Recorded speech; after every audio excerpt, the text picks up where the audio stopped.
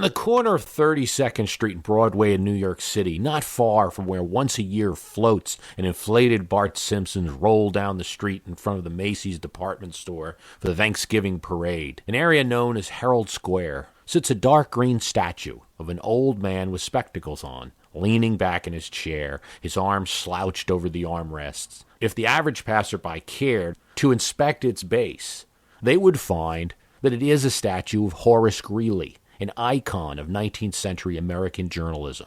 Herald Square is an interesting memorial point for Horace Greeley, who was the former editor of the newspaper, the New York Tribune. He couldn't stand the Herald, and he spent a good chunk of his ink attacking that paper's editor, William Bennett. Nor did the Herald love him back, with Bennett referring to Greeley routinely in his pages as a wretch or an ogre.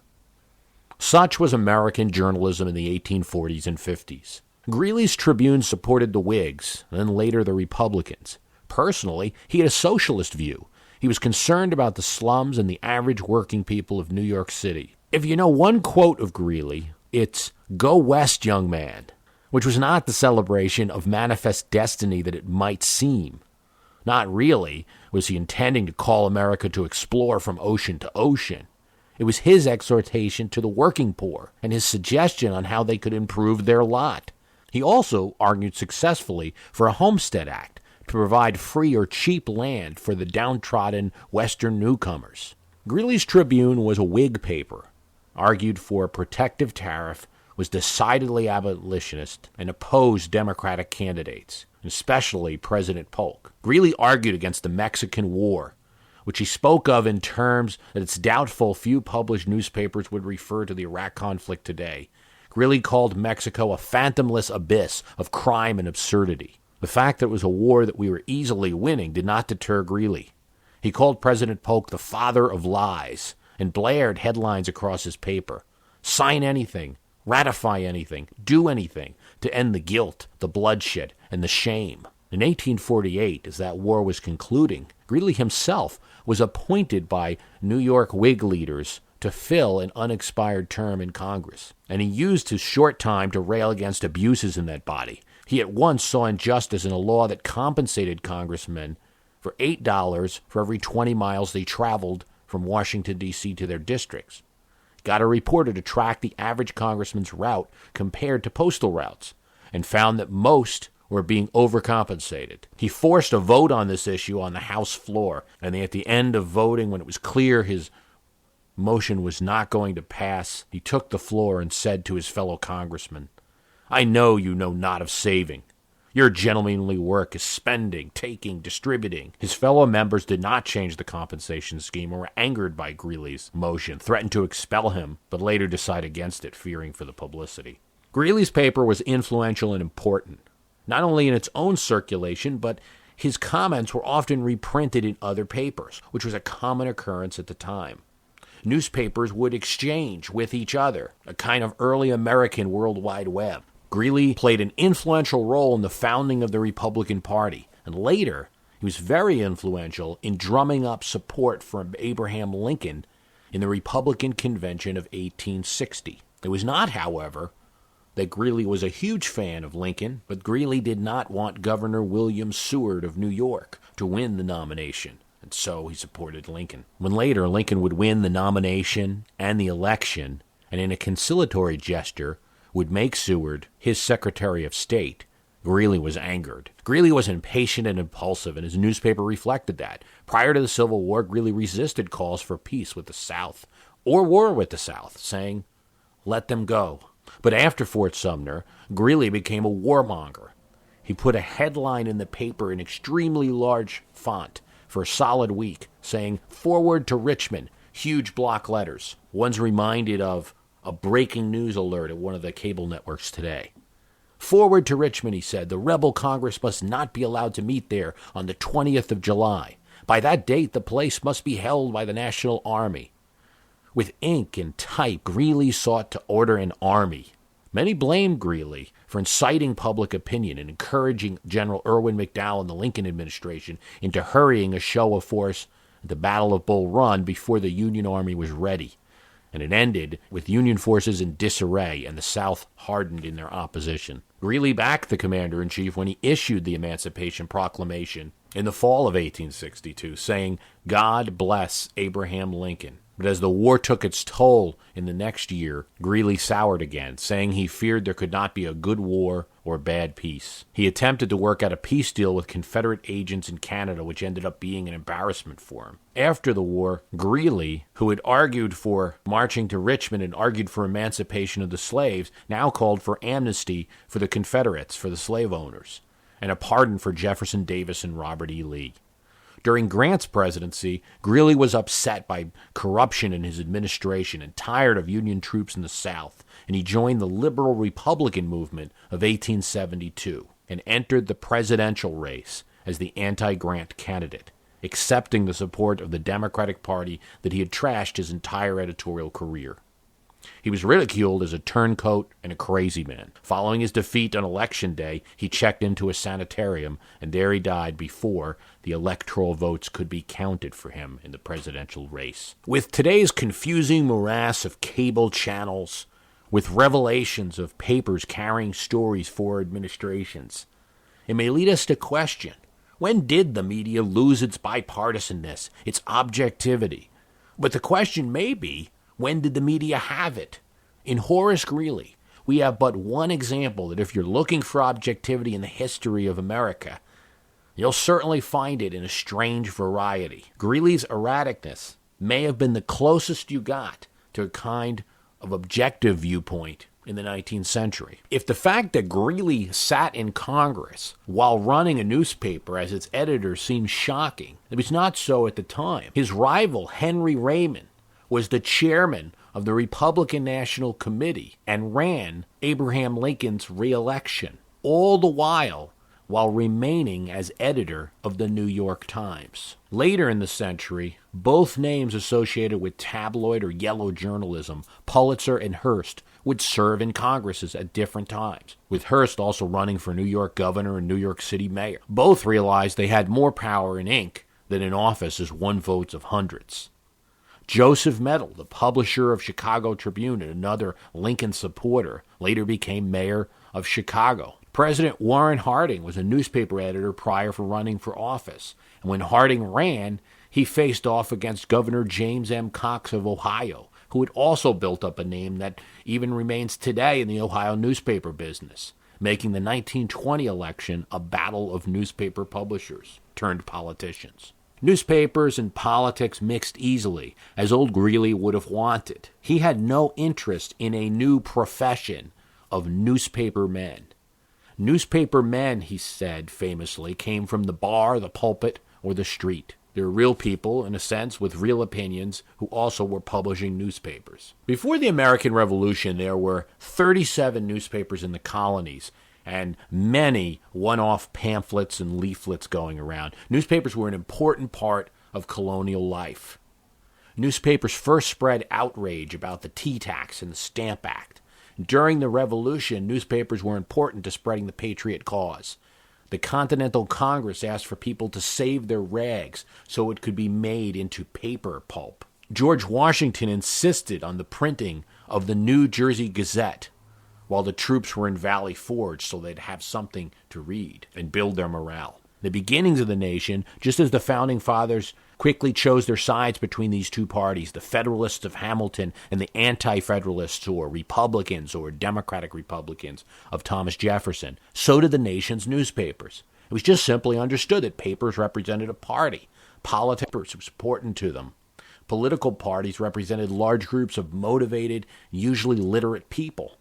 If a paper started out without a party or just for commercial interest, it quickly found that it was linking itself to a party. Newspaper names that today contain the words Republican or Democrat are the last vestiges of the partisan nature of newspapers at our country's founding. Noah Webster, prior to creating a respected American dictionary, was a lawyer and an early newspaper writer who urged the changing of the Articles of Confederation and supported the new Constitution. Later, he was tapped by the Federalists to print a newspaper espousing their views, and his Minerva newspaper gave an excellent defense of the Washington administration, especially during the Jay Treaty with England, which were unpopular with most of the country and many newspapers. The Columbia Centennial of Boston supported the Federalist viewpoint and the Washington administration and asked that Washington be called the chief magistrate at all times. Meanwhile, the Boston Independent and the Albany Argus were Republican papers. In New York, America's capital in 1789, the official Federalist paper was John Fenno's Gazette of the United States, which saluted the Washington administration and his Treasury Secretary Alexander Hamilton. When the capital was moved to Philadelphia, Fenno's paper followed. But when his circulation of 1,000 he had had in New York did not carry over with the move, he appealed to Hamilton for a loan. While there's no direct evidence, it's likely that Hamilton was at least able to arrange some money for Fenno through surrogates, and he was able to keep the paper running after his appeal to Hamilton. Jefferson, becoming the leader of the quiet opposition in Washington's ostensibly nonpartisan first term, decided the capital needed a paper espousing his views, and picked a fellow with a coincidentally similar-sounding name, Philip Freneau, who created the National Gazette, which attacked Hamilton and Federalists for siding with England and creating what he called a new monarchy. While he didn't give Freneau a loan, Jefferson got Freneau a small job at the Treasury. President Washington complained to Jefferson directly about Freneau's paper, not only because Freneau attacked Washington for wanting to be emperor of the world, but for sending the president 3 of his papers, as if Washington said, "I am to be the distributor." When Jefferson decided to resign as Treasury Secretary, Freneau was out of a job, and the National Gazette died too. The slack of attacking Federalists was picked up by Benjamin Franklin Bach, a grandson of Benjamin Franklin, and his Aurora newspaper. Bach had no problem criticizing the president, where many others stayed away from that.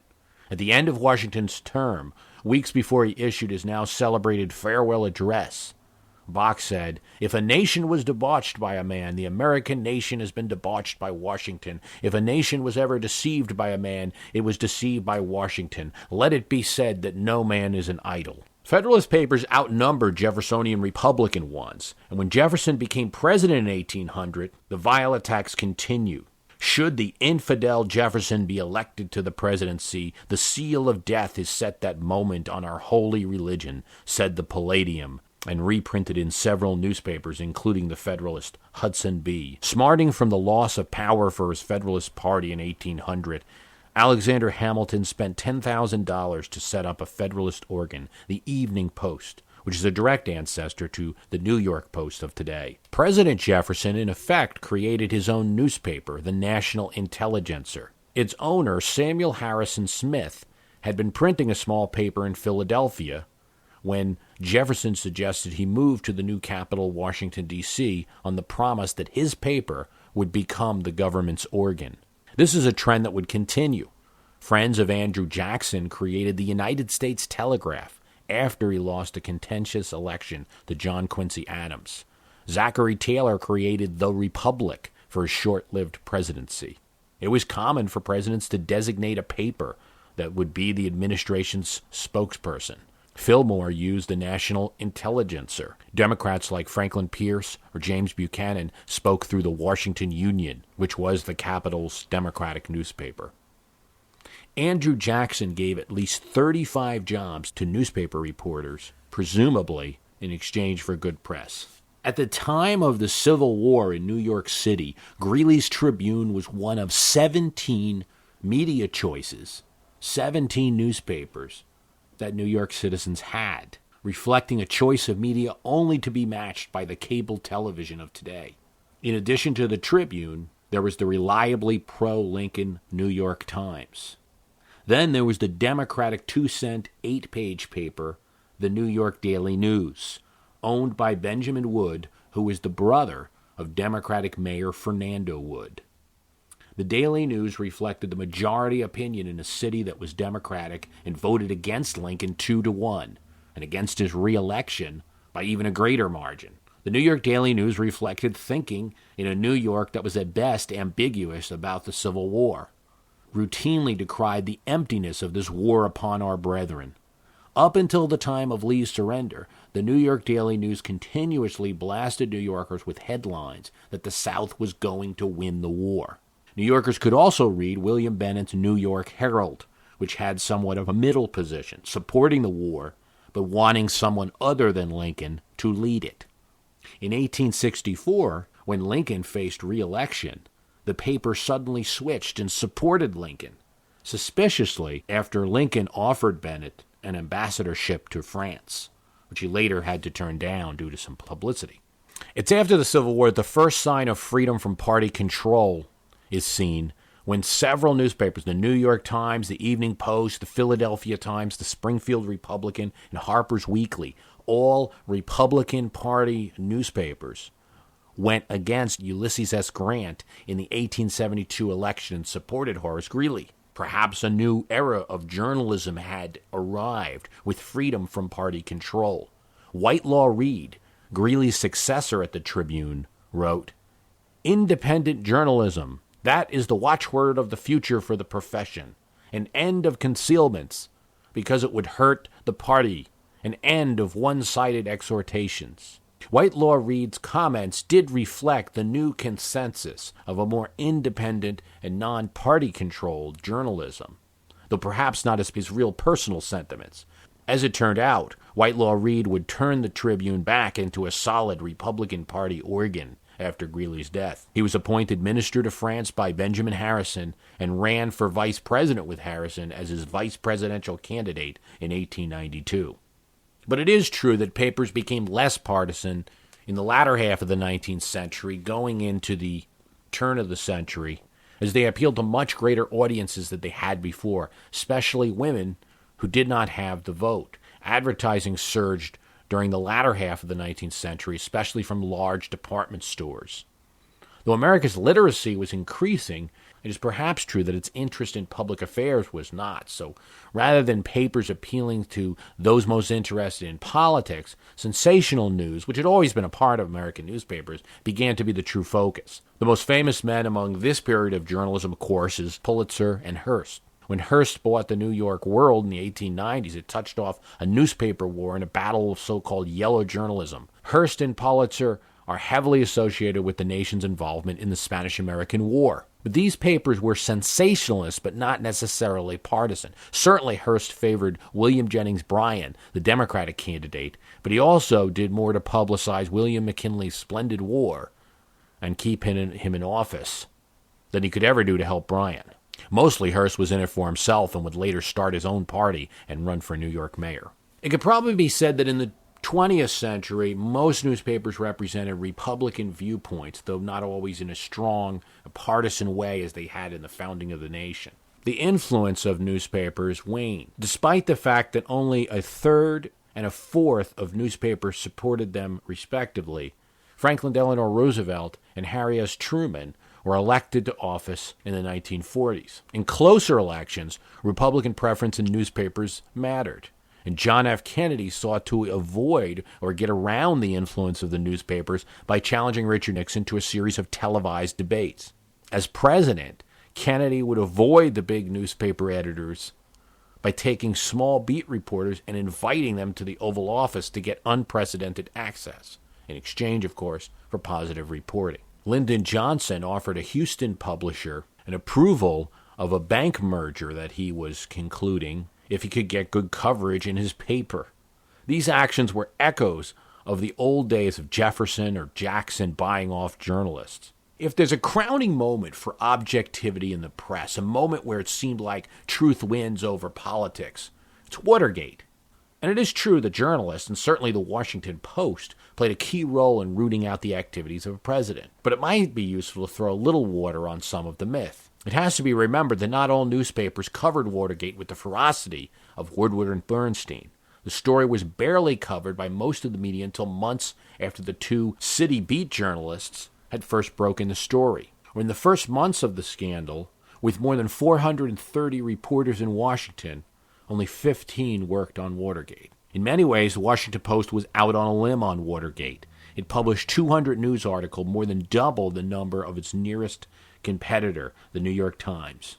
And while Watergate stories were carried on the Washington Post on page 1, they were carried only occasionally in other newspapers after the initial publicity about the break-in of the Democratic National Headquarters.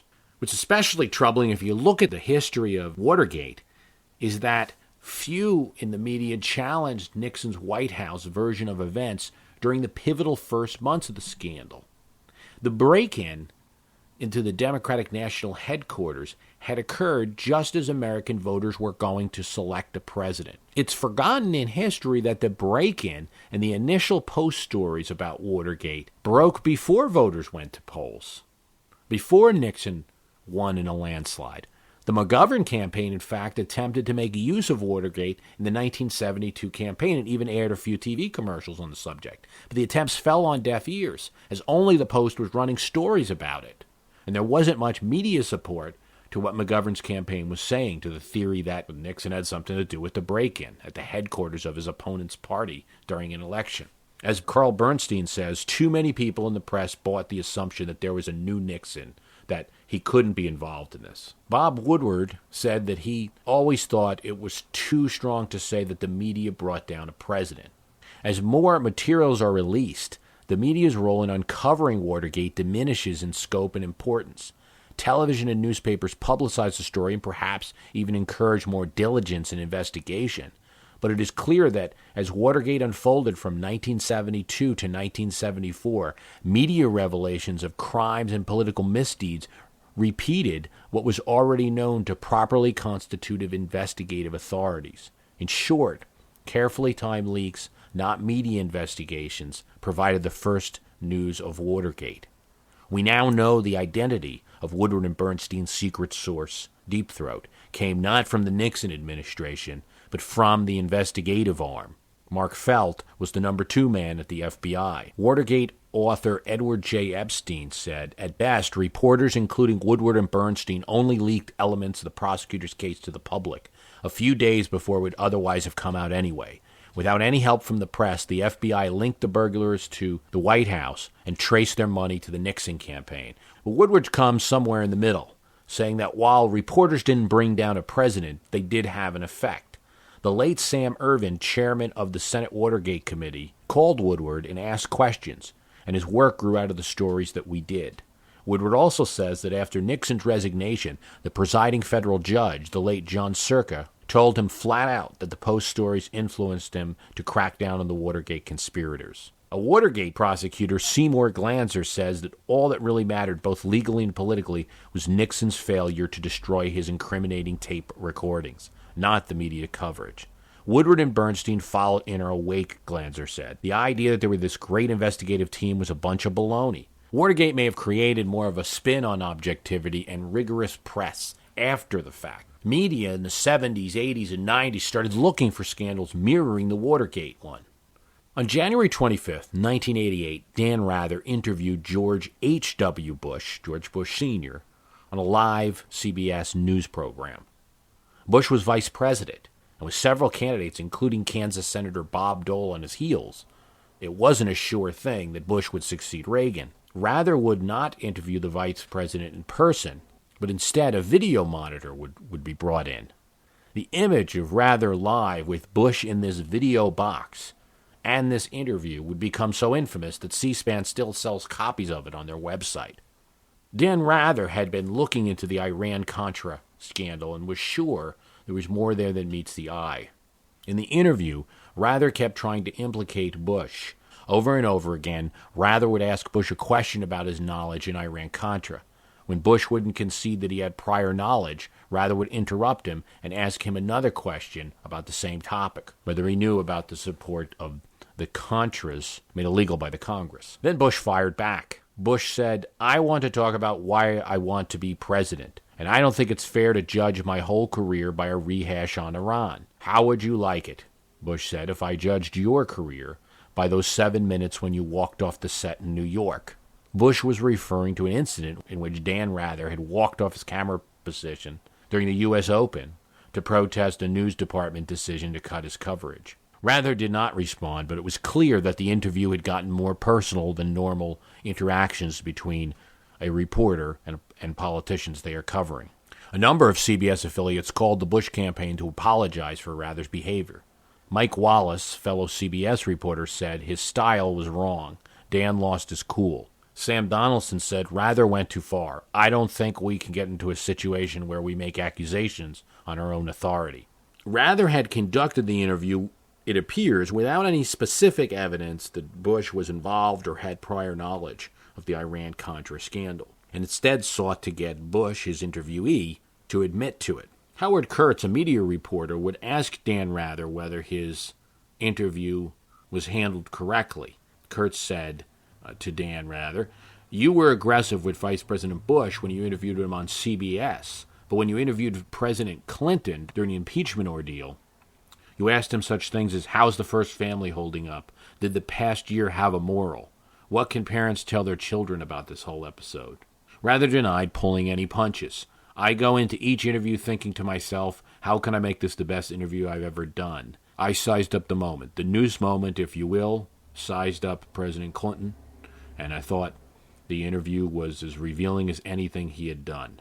Dan Rather's interview with President Bush Sr. might have been the zenith of antagonistic journalism, at least on TV. The interview went so well for Bush that some questioned whether he hadn't planned the whole thing from the beginning, knowing that Rather would likely set this trap for him.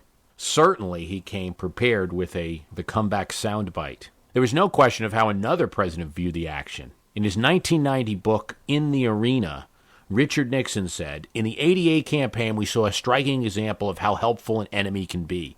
Nothing did more to eliminate George Bush's wimp image than his televised confrontation with Dan Rather. But in a live TV interview, we can immediately assess the objectivity or lack of objectivity of a reporter. Some behavior of the media is more difficult to trace." In her book, Slanting the Story, Trudy Lieberman talks about how in 1994 a group called the Capital Research Center set up an office in Washington with a mission to destroy the AARP, the lobby group that for years had protected Social Security, Medicare, and other federal government programs. They recruited Wyoming Senator Alan Simpson, an elderly person who was also a conservative opponent of the AARP. They attacked the group's beginnings as an insurance seller and attacked the group's liberal views.